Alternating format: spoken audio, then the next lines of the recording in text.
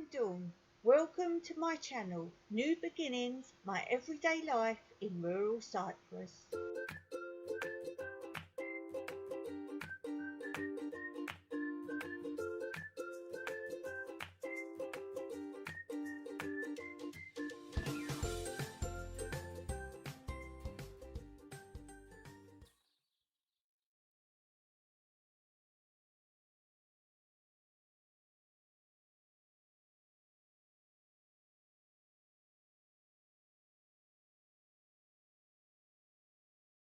As a host for Workawayers, the question I mostly get asked is, do you get paid for being a Workawayer? The simple answer is no. The accommodation and facilities are all that are provided, with some placements also providing you with food. A Workawayer pays for all their own costs, such as their own flights. Workawayers will also have to pay if they hire a car. Workawayers should, however, note that the Workaway site states that Workawayers are volunteers and therefore are not to be asked to nor partake in any work that is for a business or provides income for the host, e.g. such as doing any hotel type work, cooking for any paying guests, cleaning bed and breakfast accommodation, growing or picking crops that are being sold, etc. If any of the above work is required by the host must state that it is a paid work placement and a workaway must be paid more than the minimum working wage per hour of that country. Some hosts have already been removed from the site as they have been reported by Workawayers asked to do any of these kinds of jobs or anything else that relates to a host receiving income or towards their business. The Workawayer must report hosts to the Workawayer site as this is a strict policy of the site. At the end of a Workawayer stay, a Workawayer is to go back on the site and write a review about their stay and the host. A host also writes a review about the Workawayer, including what type of work they did. If a Workawayer asks to stay at multiple placements before choosing which one to attend, but doesn't inform all the other hosts they will not be coming, a potential host not informed must also write this as a comment on the Workawayer's review area if they have not been informed that the placement was not required. The accommodation. Workawayers should be certain to read and understand everything in the host description. They can easily translate the page into their language or ask any questions directly to the host, always only using the chat on the actual Workaway site page. This is one reason the Workawayers and hosts have to fill in the part on the site as to what languages both speak and to what level, e.g. fluent or beginner, to show understanding. A host should be sure to include such information as, for example, if living off-grid, and state exactly what that means, such as solar system in place, meaning maybe no power first thing in the morning, or if bad weather, or maybe they may have cold showers, or cold water, or limited internet, or a compost toilet, and explain what exactly that entails with your system. What plug system do you have? 3-pin, 2-pin, and if you provide an adapter, what facilities are or are not included, e.g. use of your kitchen or your washing machine, etc. Also state what else you provide or they need to bring, such as working boots, working gloves, own towels, toiletries, washing powder for their clothes. The length of stay is negotiable as well. It's totally negotiable between the host and the Workawayer. The host description can state, for example, the minimum and or maximum length of stay, but this can be negotiable or can be extended during the stay if mutually agreed. On my site, I do state that the placement can be stopped at any time if any of my rules are contravened in any way. One of the Workaway policy rules regarding meals is that hosts do not need to provide food for the Workawayers or cook for them if they are doing 3 hours or less per day. I find if they buy and cook their own food themselves, this covers you completely for their own dietary needs. It also does not restrict their free time, such as waiting in for your meal times or cleaning up after others. Of course, you can select arranged days that you do want to eat together for meals or barbecues, or maybe cook for each other to show meals from each of your different countries. Or perhaps you want special drink or music nights, but then you are not restricted for the most part of the workaway stay when they wish to be able to be free and go out and explore and not be held by your meal times.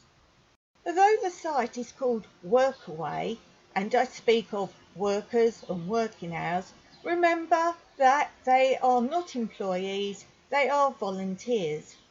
That being said, remember as a host, you are not catering for paying guests on their holiday.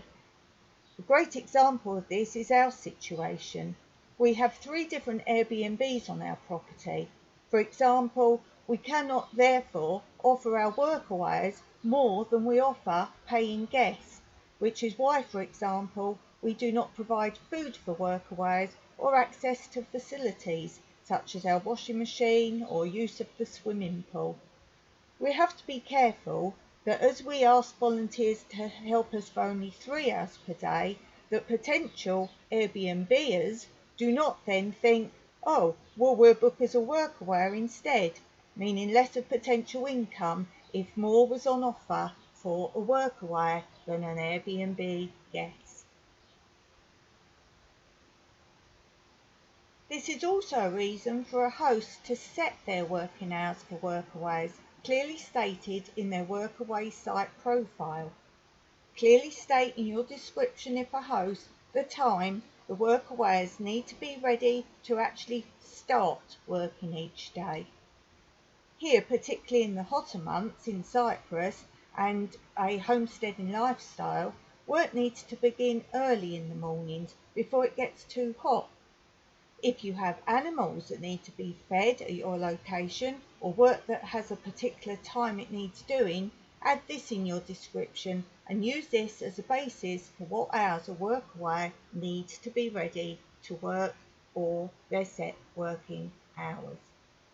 I advise you to be aware of such things as taking breaks and how that is to be incorporated, such as the workawayers may be taking a cool bag with drinking water with them to the work area, or perhaps the host taking them refreshments, or if you have, say, set breaks during the work time with you to socialise. Do hosts allow smoking breaks? Here we do not book any workawayers that smoke for our healthy environment accommodation. We ask that during working hours that workawayers leave their mobile phones in the accommodation to get the full experience of our back to basics rural living lifestyle. And here we have private accommodation, so there's no security issues with that. Apart from us not booking smokers, we also checked that they have indicated the driving tick box in their Workaway profile page. This again is because our land farming lifestyle does not give us the time to drive them around, and being very rural and remote, it is a very long walk to get to any limited occasional transportation. Our frugal life means we only use our car for ourselves when absolutely necessary. Plus, I don't drive anyway, and Mike has other commitments. Also, the workawayers only work 3 hours, 5 days a week here. They surely will need a car to explore all Cyprus has to offer, as Workaway is mostly about a cultural exchange and them being able to see different parts of the world while staying with local hosts, experiencing local lifestyles. The accommodation. A good description should describe the type of accommodation and facilities available. A host should state if the accommodation is personal space or a dormitory type setup, and how many persons will share the Workaway accommodation building. Workawayers should check the type of building offered as to whether it is suitable or no more than perhaps just a covered area in someone's field. Workawayers can also see on a host description how many workawayers will be there at any one time. Decide if, as a workawayer, you would be happy in a dorm type situation and think about what issues that might also bring. Or if you want something more unique, such as our location, where we have either one solo traveller or a pair travelling together, and much more of a true lifestyle, calm and tranquil experience. Remember, a dorm type scenario mostly means sharing a toilet and shower facilities, sharing sleeping areas or lack of any privacy, and cooking and cleaning up for all the other workaways. And as previously mentioned, the cooking and cleaning is in addition to the workaways' working hours, with the evening meal not then giving you time to go out and explore. Well, I hope this has been of some help to you. I would be happy to answer any other questions, whether you're looking to be a workawayer or a host, or already are either. Do check out our workaway location in rural Cyprus. See the link in the description below. I can assure you of a happy experience in a truly wonderful location. Hope to see you soon as either a workawayer or as an Airbnb guest. And now sit back, relax and look at some more photographs from the location where I live, where you could stay as a guest or as a workawayer.